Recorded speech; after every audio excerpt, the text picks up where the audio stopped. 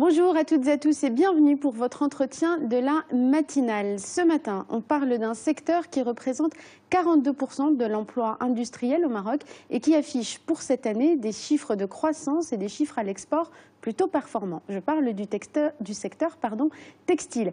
Mais voilà, il souffre d'un handicap, c'est la concurrence sur le marché intérieur, notamment celle en provenance de pays comme la Turquie. Les professionnels du secteur s'inquiètent et réfléchissent à une riposte. Et pour en parler avec nous ce matin et parler plus largement du développement du secteur textile au Maroc, nous recevons ce matin avec nous sur le plateau Monsieur Mohamed Tazi. Vous êtes le directeur général de l'Association marocaine des industries du textile et de l'habillement, l'AMIT. Tout à fait, bien le bonjour. Merci beaucoup d'être avec nous, Monsieur Tazi. Alors, juste avant de parler du développement du secteur et des difficultés que j'évoquais en introduction, est-ce que vous pouvez nous donner quelques chiffres sur la croissance? Elle était estimée à 5% en mai dernier. Nous sommes en décembre, le bilan de fin d'année, il dit quoi? Alors, comme vous le dites si bien, nous sommes présents, c'est un secteur extrêmement important pour l'économie marocaine sur le plan social, mais également de rapatriement de devises, de par ses exportations et tout ça. Donc ça, c'est connu. C'est un rôle qu'il a joué depuis une vingtaine d'années. Alors, nous sommes en présence d'un secteur, effectivement, qui marche à deux vitesses. Une performance très affichée à l'export, je vais le développer, et une performance beaucoup moindre, pour ne pas dire déprime, désarroi, des acteurs qui opèrent au niveau du marché local. Alors, à l'export, donc, rappelez-vous, il y a 2-3 ans, nous avions anticipé un certain nombre de paradigmes qui changeaient à l'échelle internationale. Donc, l'Asie qui devenait de plus en plus chère, l'atelier du monde, la Chine qui se recentrait sur son marché intérieur et qui libérait des espaces pour les pays qui allaient se préparer pour justement prendre ces positions.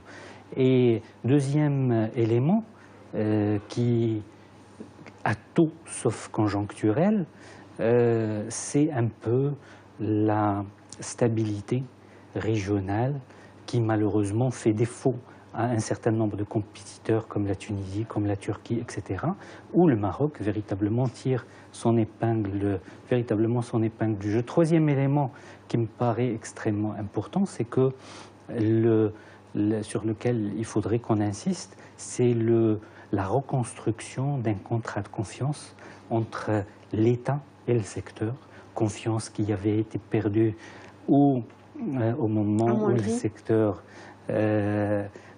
faisait face à les différentes crises internationales, etc.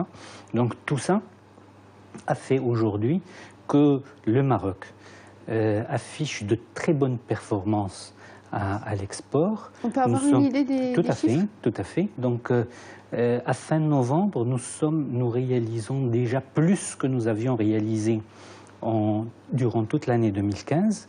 Et probablement, on va atterrir à des chiffres d'export autour de 32-33 milliards de dirhams, ce qui est inédit, ça n'a jamais été vu auparavant.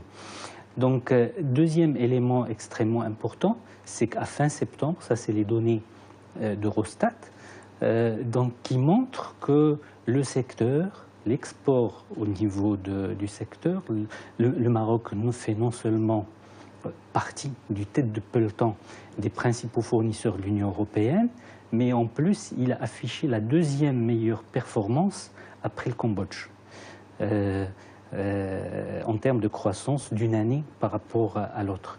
Donc voilà.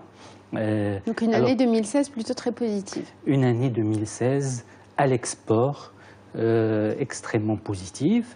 Donc nous allons probablement dépasser les taux de croissance de 8% par rapport à l'année dernière. Alors, autre élément extrêmement positif, c'est qu'on a, de par le programme d'accélération industrielle, les investissements ont connu un réamorçage et sur les 11 premiers mois de l'année, le secteur a investi plus que le cumul sur les 5 dernières années. Donc, quand on investit, c'est un signe de confiance, c'est un signe de performance et les retombées, on les verra bien évidemment bientôt. Alors, vous avez évoqué le renouement de la confiance entre l'État et ce secteur. Vous avez évoqué ce plan d'accélération industrielle. Alors, pour le secteur textile en particulier, qui, vous l'avez aussi rappelé tout à l'heure, a un poids très fort dans l'économie nationale, quels sont les principaux objectifs à atteindre dans le cadre de ce plan industriel et quels sont les dispositifs aujourd'hui mis en place, l'enveloppe budgétaire qui est dégagée et les stratégies de développement sectoriel qui sont mises en place? Alors, si on laisse de côté les enveloppes budgétaires, etc., ce qui est important de signaler, c'est que d'abord, c'est un pacte, c'est un contrat-programme entre l'État et un secteur. Donc, qui dit contrat, dit engagement de part et d'autre.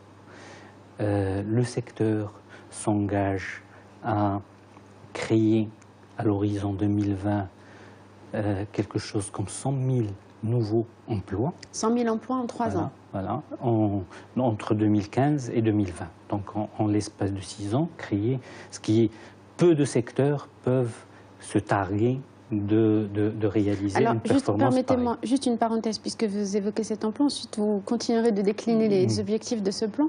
Mais concernant l'emploi, est-ce qu'il y a aussi une stratégie de formation qui est prévue pour les salariés de ce secteur, avec une professionnalisation de ce secteur? Alors, ce qui est important de dire, c'est qu'avant de parler de formation, parce que la formation, comme le financement, comme l'accueil en les zones industrielles, etc., si on ne les anticipe pas à l'avance, si on ne détermine pas quels sont les besoins, le moment où on en aura besoin, et si ça venait à nous faire défaut, on aura raté Donc c'est quelque chose qui, bien évidemment, a été pensé, réfléchi. Nous avons décortiqué avec les pouvoirs publics quels étaient les secteurs qui présentaient où nous pouvions véritablement avoir beaucoup de potentiel de développement. Donc, nous avons étudié toute la chaîne de valeur textile, nous avons vu l'état dans lequel nous étions, mais également les attentes des marchés et le potentiel des marchés. Et c'est sur la base de ça que nous avons fait toute la construction. Donc ça, il y a une étude véritablement très fine qui détermine quelle est notre vision, quels sont nos objectifs, vers où nous sommes aujourd'hui et vers où nous voulons atterrir. Et sur la base de ça, il y a eu déclinaison de tous les moyens. Il y a l'État à travers son dispositif d'appui apporte l'accompagnement nécessaire aux entreprises volontaristes qui ont des projets de développement. Et c'est ça un peu le deal. Donc créer les emplois, développer les exportations. Donc on s'est engagé à générer 5 milliards de dirhams d'export. Rien que pour l'année 2016, nous avons fait déjà 3 milliards en moyenne, ce qui est déjà de bon augure. Alors, on l'a évoqué, les chiffres à l'export, c'est croissant, ce plan, c'est les aspects positifs. Vous avez évoqué tout à l'heure, et c'est l'objet aussi de cet entretien, la question du marché intérieur.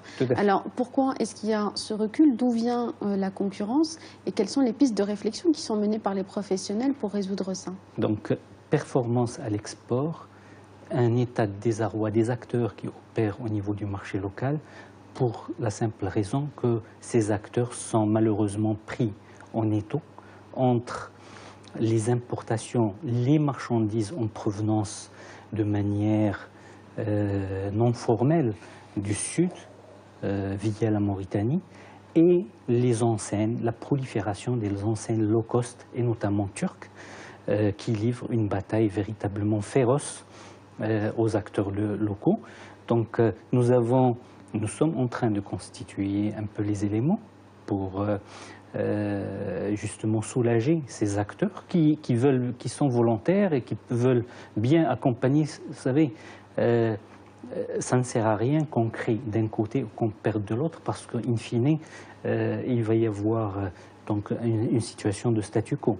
Donc le secteur a réellement besoin de ces deux pieds, donc l'export effectivement, où les choses aujourd'hui sont claires. On a avec enregistré une dynamique, etc.